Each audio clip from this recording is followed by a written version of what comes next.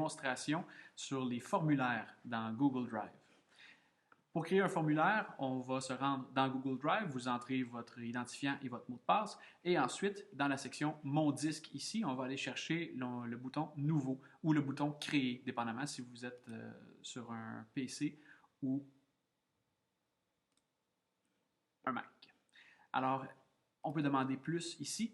Vous voyez, on peut créer un document Word, on peut créer un document Excel, un document PowerPoint, et si on va dans « Plus », on peut aller chercher l'option formulaire. On peut aussi créer des dessins ou on peut connecter d'autres applications pour faire encore plus de choses. Mais aujourd'hui, c'est l'option formulaire qui nous intéresse, alors on va choisir formulaire.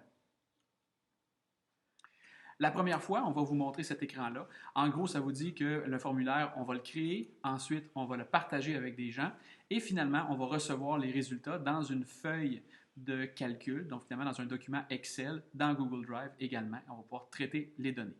Si vous voulez en savoir plus, vous pouvez cliquer sur « Premier pas » ici, vous allez avoir un tutoriel, mais comme je suis en train de vous en faire un, ce n'est pas vraiment nécessaire. La première étape, c'est de donner un nom à notre formulaire. Donc aujourd'hui, on va faire un modèle. On va demander les adresses Gmail de nos élèves. Oups, pardon. Alors, adresse Gmail, et pour être certain que ça soit bien clair, on va demander les adresses Gmail du groupe, par exemple, 33. On peut choisir un arrière-plan, un thème pour notre formulaire. Pour le moment, ce n'est pas terriblement important. On va choisir celui-là ici par défaut et on va dire OK. Notre formulaire est maintenant créé et tout ce qu'il nous reste à faire, c'est d'y insérer des questions.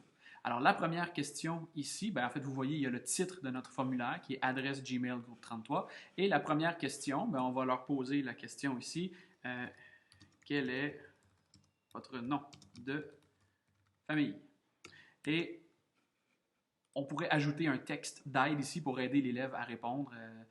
On pourrait leur dire « N'oubliez pas de mettre la lettre majuscule à votre nom de famille » ou quelque chose, mais aujourd'hui, on n'a pas besoin.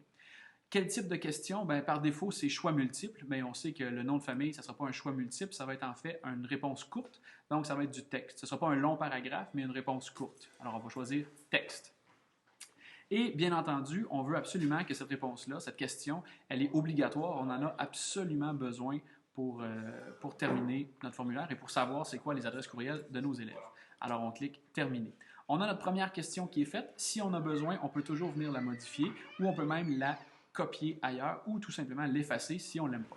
Maintenant qu'on a leur nom de famille, on va ajouter un élément et on va leur demander c'est quoi leur prénom.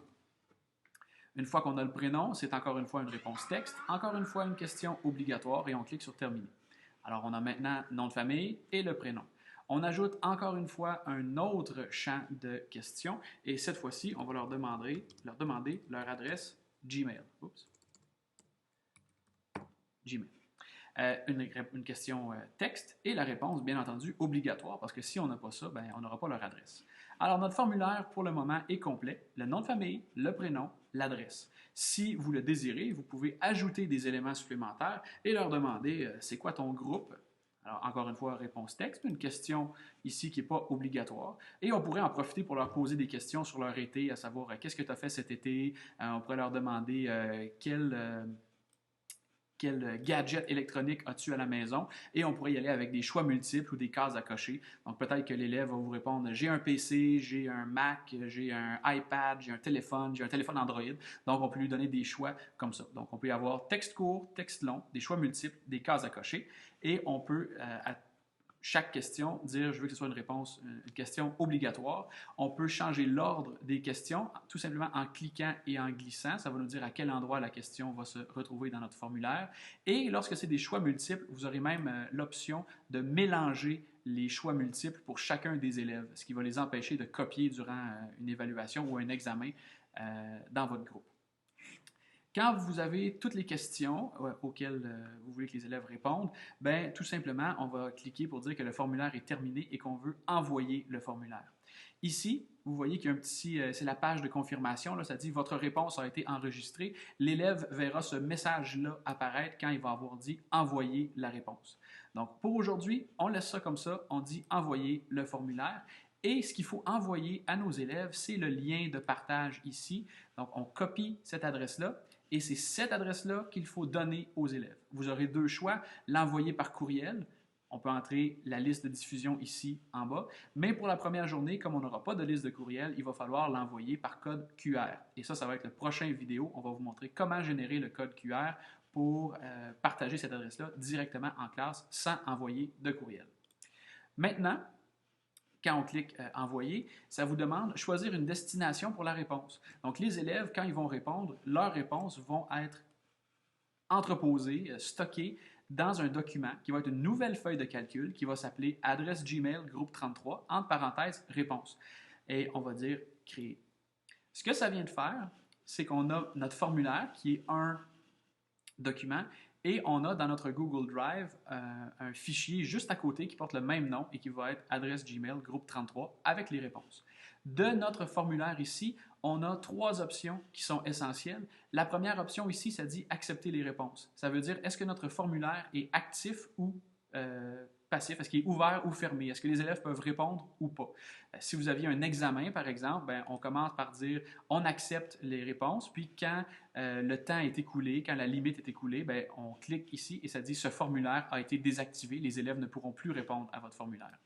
L'autre option ici, c'est afficher les réponses. Quand on clique sur ça, ça va nous ouvrir la feuille de calcul vide et vous voyez ici la plage 1, ça nous dit à quelle heure l'élève a répondu et on va avoir la réponse à chacune des questions. Donc, on va voir ici le nom de famille, le prénom, son adresse Gmail et son groupe au besoin. Voilà. Alors, ce qui nous reste à voir maintenant, c'est à partir de notre formulaire de cliquer sur « Afficher le formulaire en ligne ». Cette option-là, ça va nous donner un aperçu de ce que les élèves vont voir en ligne sur Internet quand ils vont répondre à nos questions. Alors, on clique. Ça nous ouvre le formulaire directement en ligne. Et vous voyez, on voit le titre qu'on lui a donné. Ça nous dit que les questions qui ont une petite étoile, c'est des questions obligatoires. Et on va la remplir. Donc, quel est votre nom de famille? Blo, votre prénom? Guillaume, votre adresse Gmail. Alors, on va dire guy@gmail.com. Et finalement, le groupe, je suis dans le groupe 33. Et quand c'est bien rempli, l'élève va faire « Envoyer ». Il va recevoir son message de confirmation disant « Votre réponse a été enregistrée ». Il pourrait envoyer une autre réponse parce que de temps en temps, on a besoin que les formulaires soient éditables plus d'une fois, mais c'est quelque chose qu'on peut changer dans la configuration. Vous voyez maintenant que dans la section Réponses, donc là, je suis dans la feuille de calcul Réponses et vous voyez que le 2014, le 20 août à 11h37, Guillaume Eblot a entré son adresse Gmail et je sais qu'il est dans le groupe 33. Et là, vos élèves vont rentrer toutes leurs adresses comme ça, de 1 jusqu'à 35 et vous allez avoir l'heure à laquelle ça a été fait, leur nom, leur prénom et leur adresse courriel. Et ce formulaire-là va être essentiel pour gérer les autres applications de Google Drive, notamment pour faire une liste de diffusion, pour partager des répertoires avec vos élèves. Donc, c'est une procédure qui est essentielle et qui va vous sauver beaucoup de temps.